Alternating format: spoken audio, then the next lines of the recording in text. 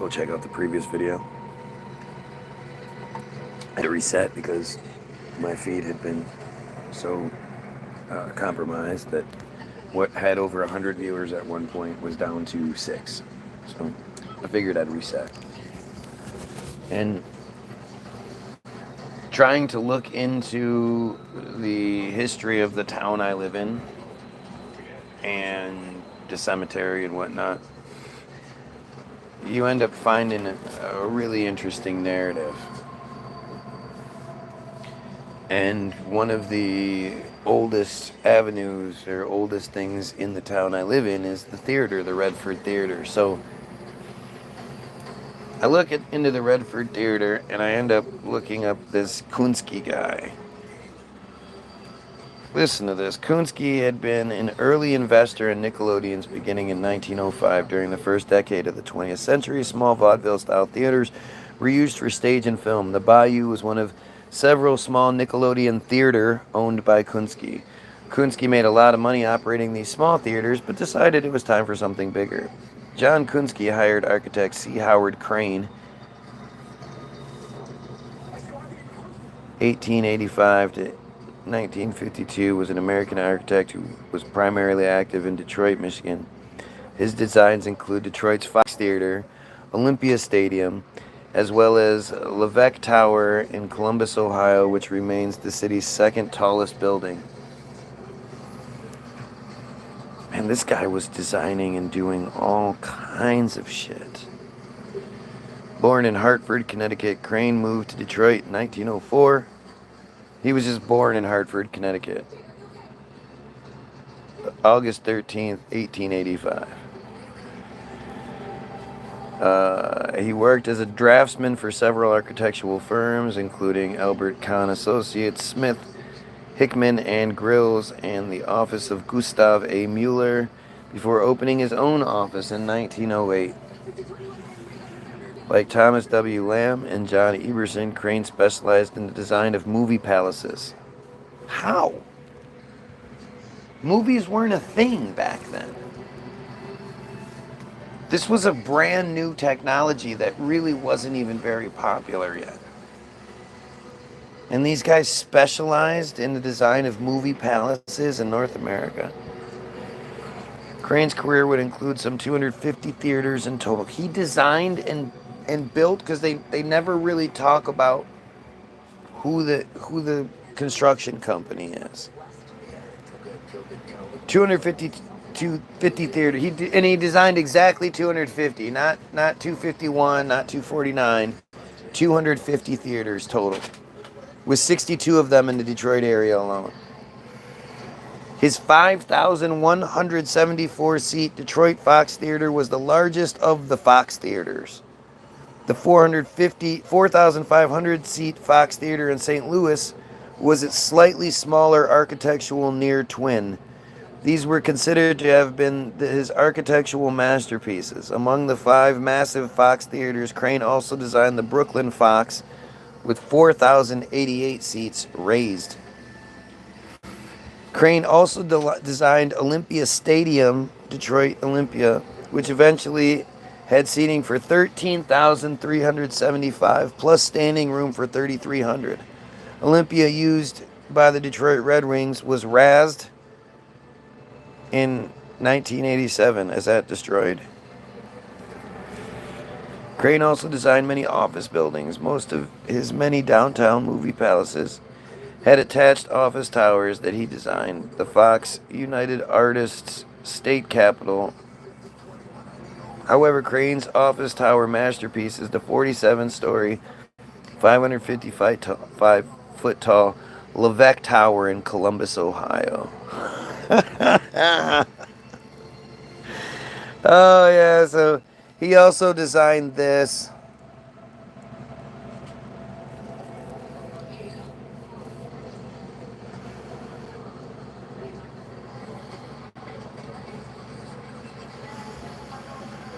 Groundbreaking. September 23rd, 1924.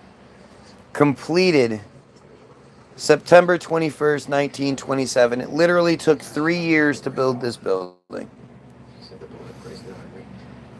It takes like 18 years to build an office building, a large, big story. It takes years to build box-style office buildings. This guy built the 555-foot, 5-inch building in 1924 through 1927.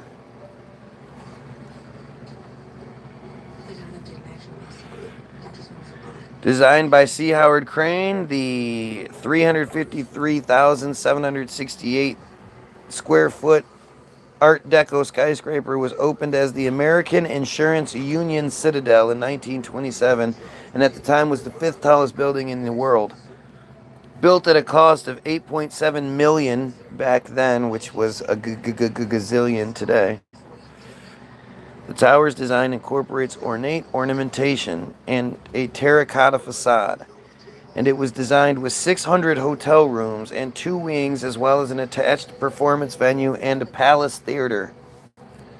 After the American Insurance Union went bankrupt in the Great Depression, the tower was renamed the Lincoln Levesque Tower in 1946, and later the Levesque Tower in 1977.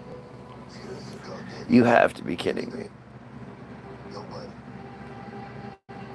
American Insurance Union, an insurance company, had a building that big.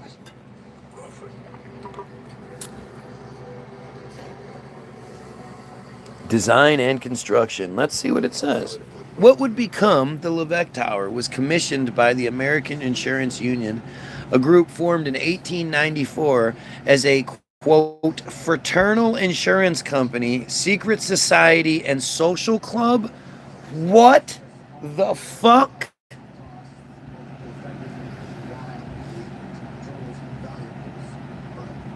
You think I could do this? I just happen. I'm just following a rabbit hole. I have no design, no like plan here. I couldn't have picked this to be any better. Are you fucking kidding me?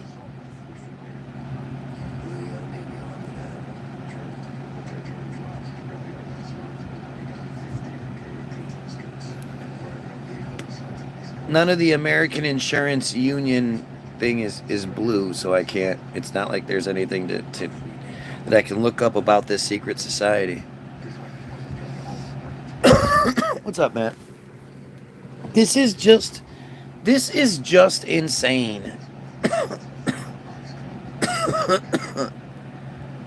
The American Insurance Union, I don't know what that actually is, was a group.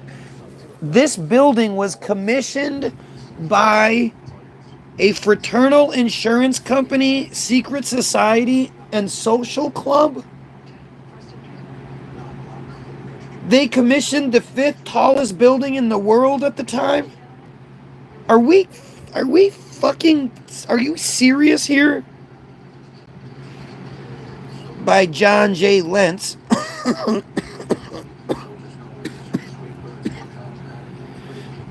Who would later become a U.S. representative. John J. Lentz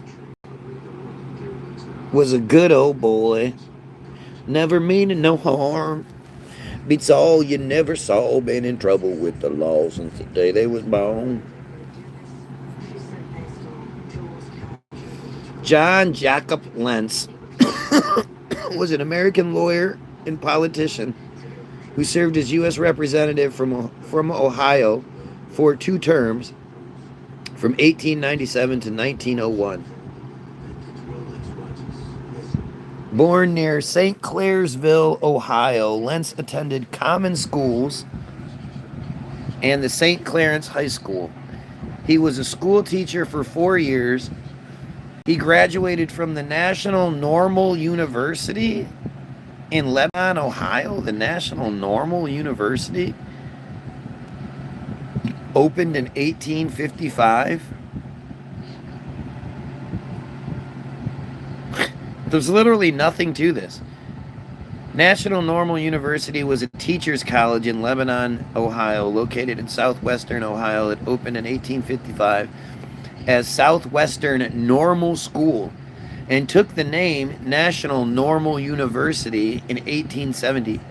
Alfred Holbrook was the first president and the school's guiding force for most of its existence. He re-signed the 18 in 1897 after 42. Oh, he resigned. He resigned after in 1897 after 42 years. In 1907, the NNU became public and changed its name to Lebanon University. The school went bankrupt and finally closed in 1917. The school merged with Wilmington College in Wilmington, Ohio. The Warren County, Ohio Historical Society, Lebanon, Ohio, now holds Lebanon University records. In 1933, gotta love that 33 comes up again. Alfred Holbrook College opened on the same campus.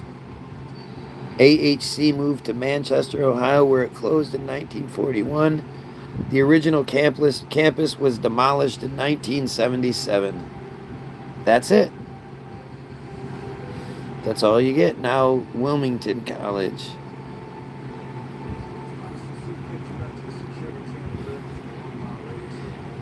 In 1863, Hugh James and Thomas Gavin founded Franklin College. They just, three brothers just founded Franklin College. After 2 years in Albany, the college was relocated to Wilmington, where the cornerstone of College Hall was laid on July 4th, 1866. The institution was closed in 1868 following the Civil War. In 1870, the half-completed Franklin College building went up for auction. The building and 33 surrounding acres were purchased by the Religious Society of Friends. They were Quakers. The Religious Society of Friends. Louis Estes was named the first president. Following a few years of economic struggle, Estes resigned. Benjamin Trueblood, a recent Earlham College graduate, was named the new president. In 1875, Wilmington College graduated its first class of 4 fucking students. What? South Hall, razed in 1956. What does that mean? What does razed mean? R-A-Z-E-D. Raised. Was the college's first dorm in 1876. And in 1904, the college purchased a former boarding house and named it Twin Ash Hall, demolished in 1984. In 1917, Wilmington College acquired Lebanon National Normal School in Lebanon, Ohio.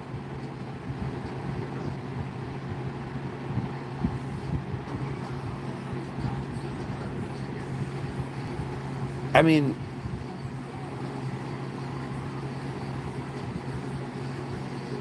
it's so strange, man. This is just so strange.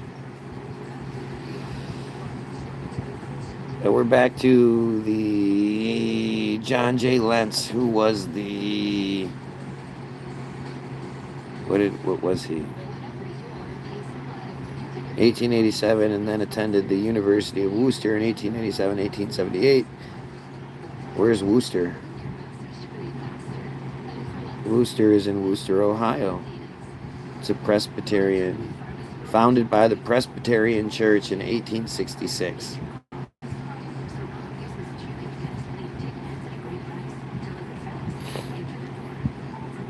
He graduated from the University of Michigan in Ann Arbor in 1882 from Columbia Law School, New York, in 1883. Imagine again how this fat fuck is traveling. I mean, who's paying for his college? We don't know anything about this guy. This is just Lentz. He just went to Worcester. He graduated from National Normal School in Lebanon in 1878, then went to Worcester from 1877 and 1878.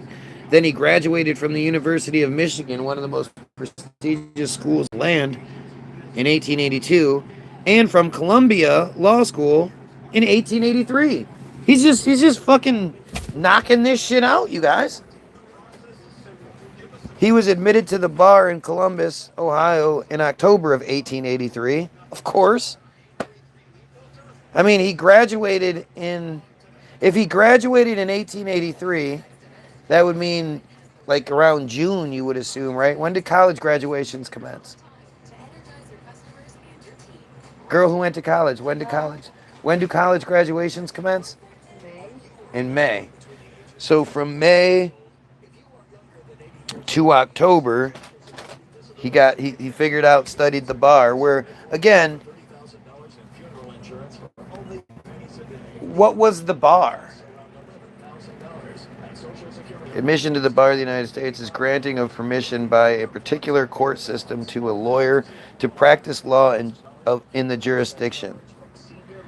The U.S. state and jurisdiction territories under federal control has its own court system, and it sets its own rules and standards for the bar administration. In most cases, a person is admitted or called to the bar of the highest court in the jurisdiction and is thereby authorized to practice law in the jurisdiction. Federal courts, although often overlapping in admission requirements with the states, include additional steps for admission. The first bar exam in what is now the United States was instituted by the Delaware Colony in 1763 as an oral examination before a judge. Many other American colonies soon followed suit. In the early United States, most states' requirements for the bar admission included a period of study under a lawyer or judge, a practice called reading the law, and a brief examination. Examinations were generally oral, and applicants were sometimes exempted from the examination if they had clerked in a law office for a certain number of years. I mean, how much did they get paid as a clerk back then? Just think about what this is telling you. During the 19th century, admission requirements became lower in many states. Most states continued to require both apprenticeship and examination, but these apprenticeships became shorter and examinations generally brief and casual. After 1870, law schools began to emerge as an alternative to apprenticeship. The rise was accompanied by the practice of diploma privilege, whereby law school graduates received automatic admission to the bar. The diploma privilege reached its peak between 1879 and 1921. In most states, diploma privilege only applied to those who graduated law school in the state where they practiced. Examinations continued to exist for those ineligible for diploma privilege and were often administered by committees of attorneys. Between 1890 and 1920, most states replaced oral examinations with written bar examinations. Written examinations became commonplace as lawyers began to practice in other states other than those where they were trained. In 1921, the American Bar Association was formally expressed a preference for required written bar examinations in place of diploma privilege for law school graduates. In subsequent decades, the prevalence of diploma privilege declined deeply. By 1948, only 13 law schools in 9 states retained diploma privilege. By 1980, only Mississippi, Montana, Dakota, West Virginia, and Wisconsin honored diploma privilege. As of 2020, only Wisconsin allows JD graduates of accredited law schools to seek admission to the state bar without passing bar examination. American Bar Association is a voluntary national bar association of lawyers and law students in the United States and not specific to any single jurisdiction. Founded in 1878. The ABA's stated activities are the setting of academic standards for law schools and the formulation of a model ethical code. The history: the ABA was founded on August 21st, 1878 in Saratoga Springs, New York by 75 lawyers from 20 states and the District of Columbia, according to the ABA website. In 1878, 75 lawyers from 20 different states got together in New York. How do you think that works out? How do they facilitate that? How do they facilitate, again, that travel? You have a thing where you know, like I was talking about the theaters earlier. You're talking about the Fox Theater, 5,000 seats. The first theaters that were built, the first large-scale theaters had 1,000 seats, 1,400 seats, built in 1917. In 1917, how did 1,000 people go to a theater? I mean, we all know that anytime you've ever seen a picture of people in the 1910s and shit, they're walking around dressed to the nines, like it's cold as fuck outside, and they, you know, they got full gear on, top to bottom, umbrellas, top hats, you name it. So these people got around by horses and carriages. Very few cars existed. So they would what? Pull up their horse and carriage to the theater and park it in the big horse parking lot. And then they would spend a couple hours in the theater and then just go pick their horse up when they were done. The purpose of the original organization set forth in its first constitution, the advancement and... Okay, let's go back, because I'm getting bored with this law stuff. He was law partner. He's the founder of the American Insurance. He's the founder of the American Insurance Union, 1894, and its president continuously from then until his death. He was trustee of the Ohio University. So it's not going to give me any information because I'm trying to find this guy because he was the founder of the... So check this out. This is the Levesque Tower. This is a 47-story skyscraper in downtown Columbus, Ohio. Yeah. 555 feet, 5 inches. Yeah. Built from 1927 to built from 1924 to 1927. 3 years it took to build that thing. 353,768 square feet. Art Deco building. Look at this motherfucking building. This was built in 3 years. Beautiful. 3 years it took them to build this thing. Are we serious? You guys actually believe that shit? 3 years it took to build this thing?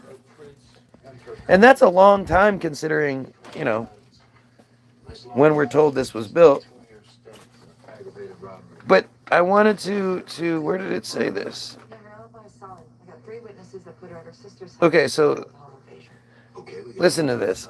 What would become the Levesque Tower was commissioned by the American Insurance Union, a group formed by that Lentz guy, in 1894 as a fraternal insurance company, secret society, and a social club.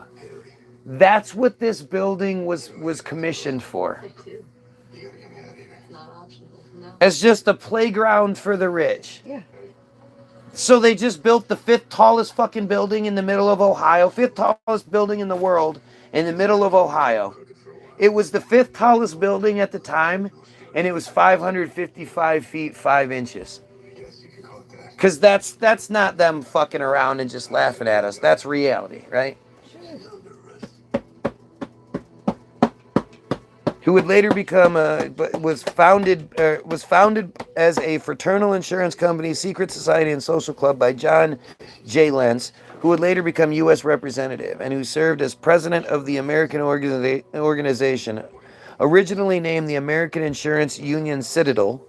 The tower, what's a citadel? I'm sorry, we need to run some tests on our patient.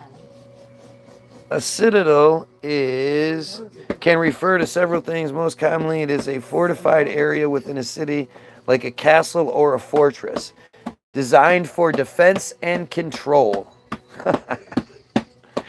It was known as the American Insurance Union Citadel. The tower was to be the headquarters for the organization and would replace a smaller building it owned on the corner of Broad Street and Front Street in downtown Columbus, a short distance from the Socio River. The tower was designed by Detroit, Michigan-based architect C. Howard Crane, who designed 250 theaters in his time. Exactly 250. He designed the Redford Theater. He designed all these theaters all over. He designed this building. He designed the Fox Theater. He did it all. Its construction took place during the first wave of modern skyscraper development in the United States.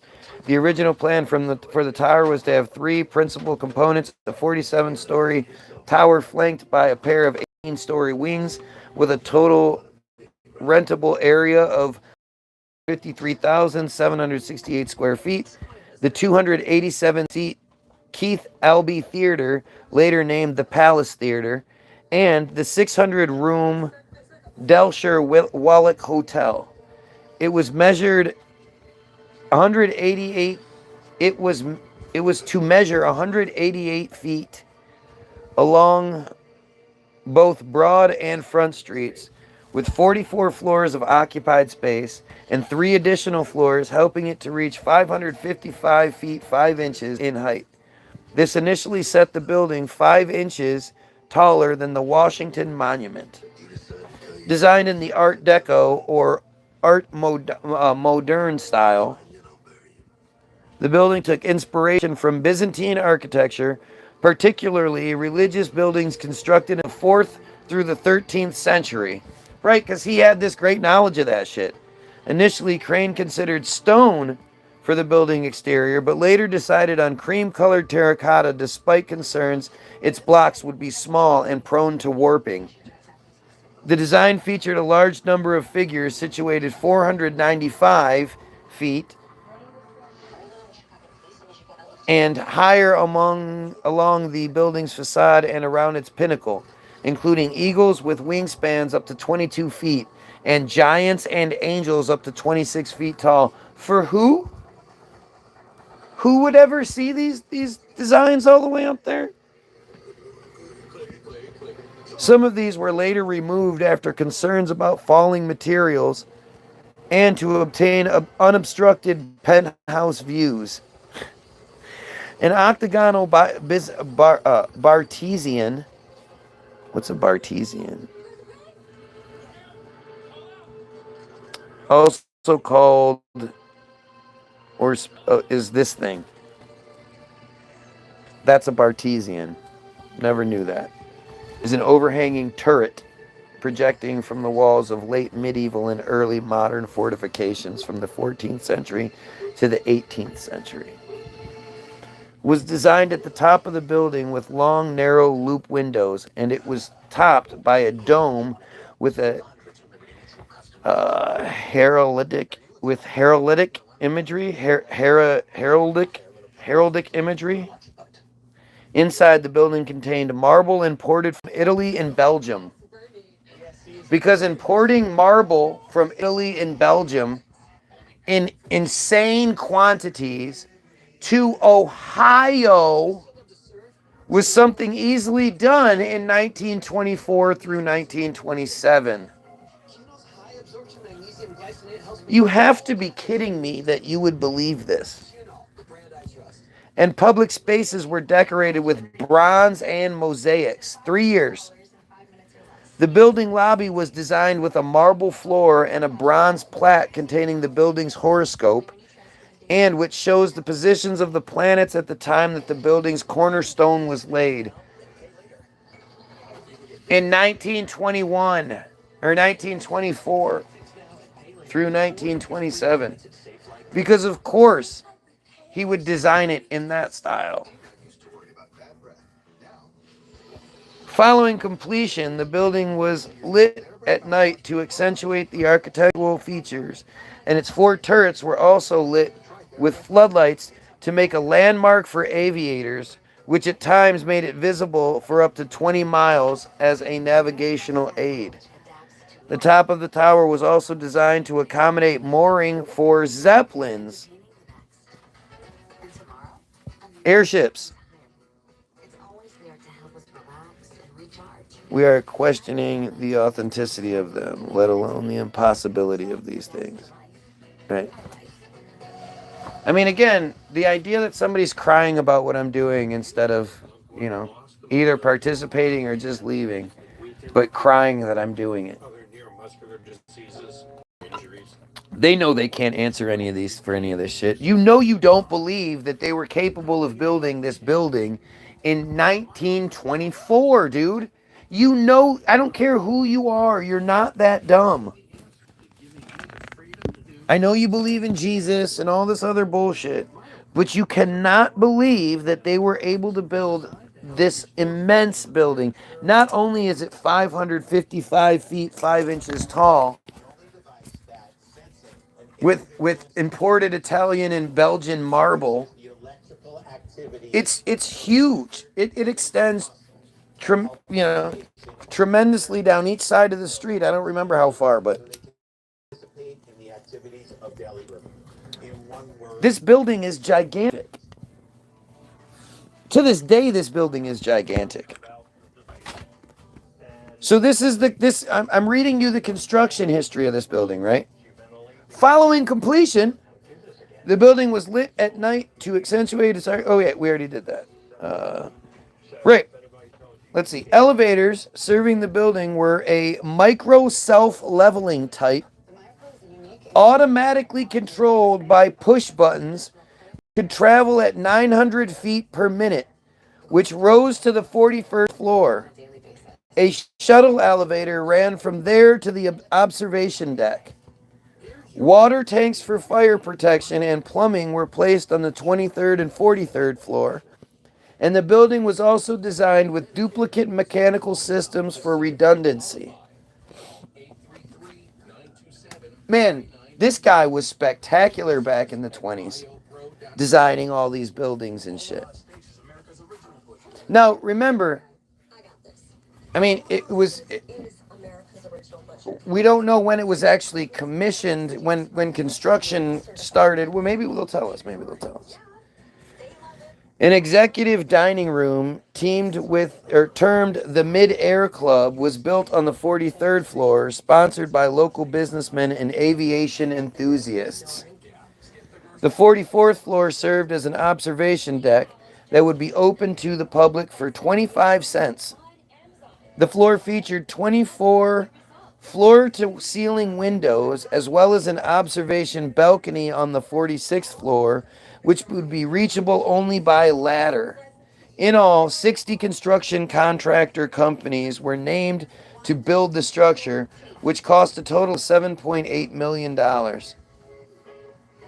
60 construction contractor companies were named to build the structure?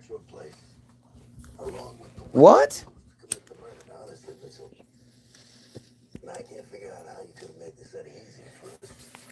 60 construction contractor companies? That's a lot. Northwestern Terracotta Company of Chicago supplied the materials wrapping the building. Well, that's convenient. Of course, none of that's blue, so I can't look that up. The American Insurance Union had a 5-story auditorium building at 50 West Broad Street, which was torn down in preparation for the new tower. Colonial Theater opened in 1909 at 40 West Broad Street, was also closed and demolished in 1924 to make way for the tower. Love to know what Colonial Theater looked like.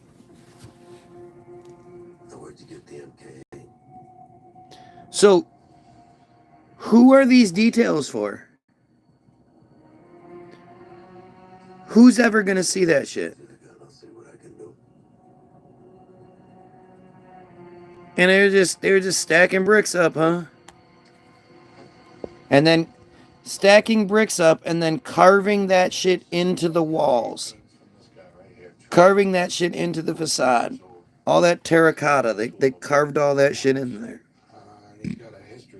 1924 through 1927. I guarantee there's no construction photos. At the height of construction, about 650 men would work on the structure at a time. There we go. This is way more details than we normally get.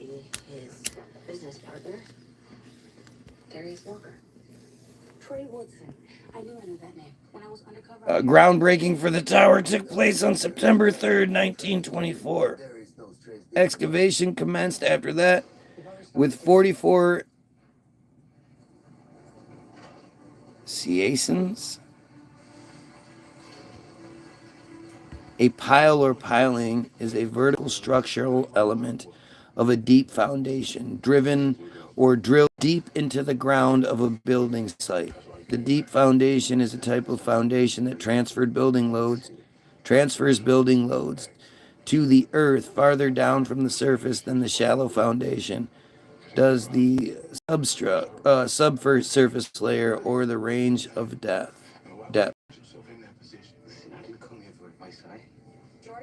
So when they're like pounding those things. So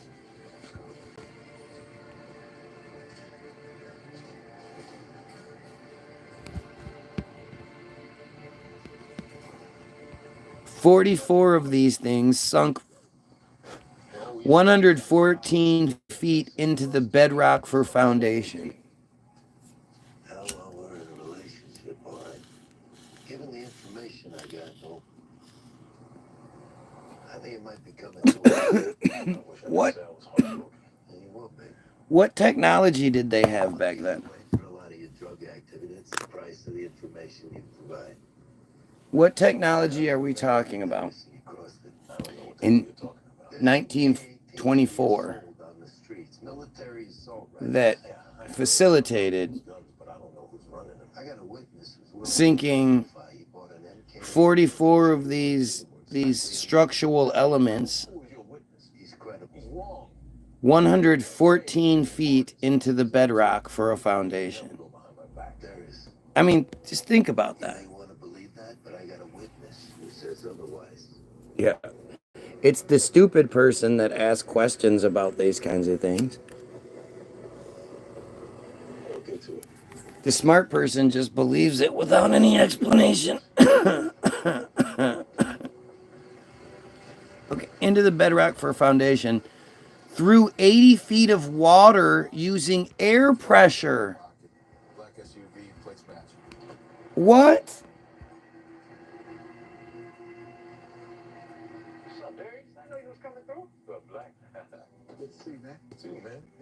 Through 114 feet into the bedrock and 80 feet of water using air pressure? These tunnels were so deep that specialized crews of sand hogs who had gained experience building the Holland Tunnel in New York City were brought in, and the construction site had an on-site hospital and decompression chamber for men suffering from decompression sickness. Are you kidding me? At least they're addressing it, because this would be one of those things where normally you'd be like, oh, what don't they,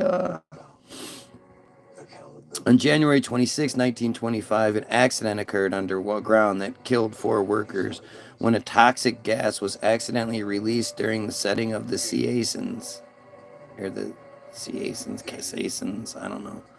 Overwhelming them and causing them to fall into the foundation. A 5th construction worker was killed later in the building's construction after falling from its steel framing. On February 13th, 1926, the AIU Citadel's cornerstone was laid. The building's frame would consist of 10,000 tons, 9,800 long tons, 11,000 short tons of steel. Exactly 10,000 tons of steel.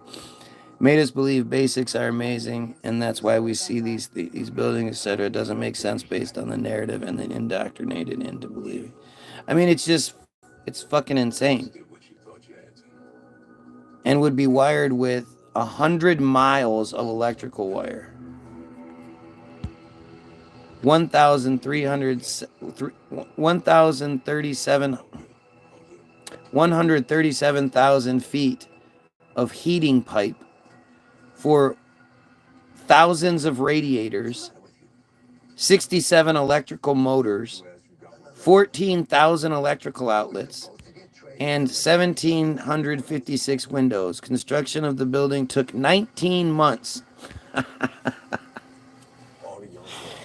So that's even better. Because that's what I was saying. Like, we don't know exactly this, that, and the other. So, excavation for the building.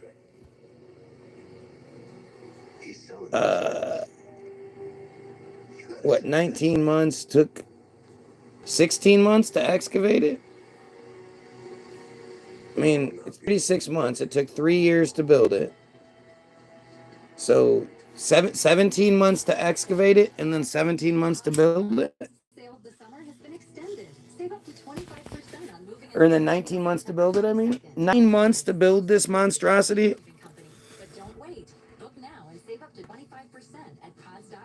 It was dedicated on, and we're just going to go with that. It was dedicated on September 21st, 1927. When it complete, it was the tallest building in Columbus and the 5th tallest building in the world, including being the tallest building between New York City and Chicago.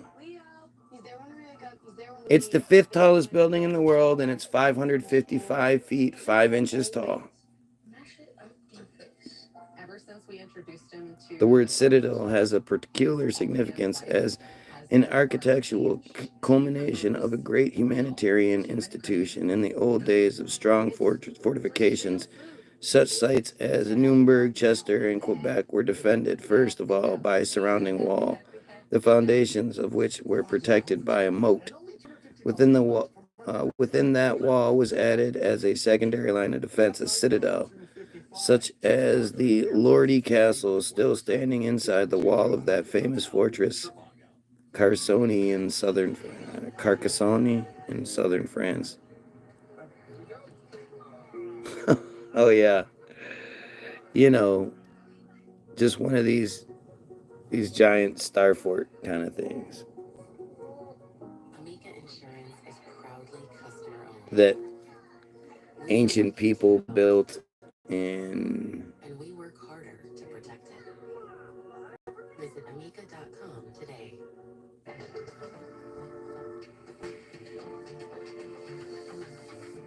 Inhabited of strategic importance. In the 5th century, the regions were taken over who founded the city and the newly established Visigoth kingdom. The first signs of settlement in this region have been dated to about 3500 BC. Of course they have. With over 500,000 new listings every month, you could find the one today. The best painters in the world that's how good they can paint. And the people were always like this. Always. Looks like some child painted this shit. The top's not a cover. It's part of the gutter, and we guarantee it's not coming down. Leaf Guard has more than 1 million. Oh, so much bullshit. So much bullshit. I don't even feel like doing it anymore. I'm done. Visa gift card with purchase. Remember, Leaf Guard comes with a lifetime transferable. Art and architecture critics spoke positively about the tower's design. Director of Chicago Art Institute highlighted it as one of the 5 great examples of artistic achievement to come out of Columbus in the 1920s, calling it the most original and American of skyscrapers and just an honest piece of magnificent construction. Writing in 1932, a milestone of growth in the city, the building's construction coincided with the rebuilding of Columbus's riverfront and creation of the Columbus Civic Center along the Scotia River following the Great Flood of 1913. I was going to say it's weird this place didn't have a fire story, but here we go with the flood story instead.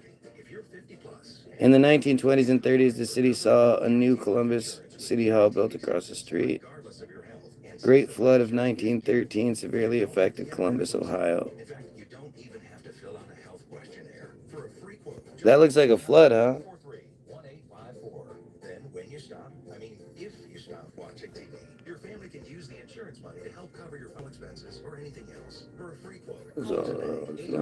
Also known as the bottoms for its low elevation. Among many infrastructure projects, a 1.2-mile flood wall was built. 1913 flood. Broken earthen levee. March 26, 1913. Streetcar found on Greenlawn Avenue, a mile from its tracks. Looks like it got blown up. The West Side Spiritualist Church among damaged houses. So, All the damage took place. The meet was at 6. It's almost 7. We sure this is happening? There is confirmed the meet was. So this is after the flood, where all of the lumber floated into nice big piles like that. Nice, even piles. Nothing to see here. That's all damage from the flood, apparently. All those big, evenly spaced, evenly cut piles of wood. And then there's a giant castle in the background. This is 1913, and there's this giant castle in the background of Ohio. Look, this is after a flood. Because, you know, all the lumber, all the damage just flows together like that, all nice. And then look at the big giant castle in the background. It's 1913 in Columbus, Ohio. Because big castles existed in Columbus, Ohio in 1913. Castles in Columbus. From March 24th to 27th, 1913, Columbus was hit with its worst flood. The flood killed at least 93 people in Columbus and stranded dozens more in their home. The weather forecaster printed in newspapers on March 24th warned of a storm heading eastward. How the fuck did he know? How did the weathercaster, the forecaster, in 1913 know what was going on? Look, I'm gonna be done because I'm exhausted and I should have been done here. But we got some shit to talk about tomorrow because this is that stuff. This is why, like, history is so difficult. And this is why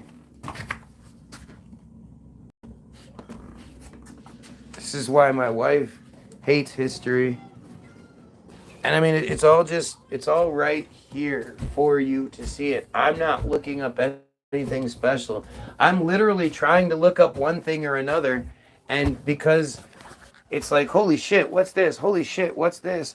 Each thing is just something, it just takes it further and further. Like, okay, so I am right now on the Great Flood of 1913, Columbus, Ohio, because I was looking at the Levesque Tower, the fifth tallest building in the world at 555 feet 5 inches back in 1924, designed by C. Howard Crane, who built over 250 theaters he built some 250 theaters in total, 62 in the Detroit area. The Fox Theater that held 5,174 seats. He designed this. He designed all of these buildings. He designed a theater that could hold that many fucking people. Sarge, we got a body.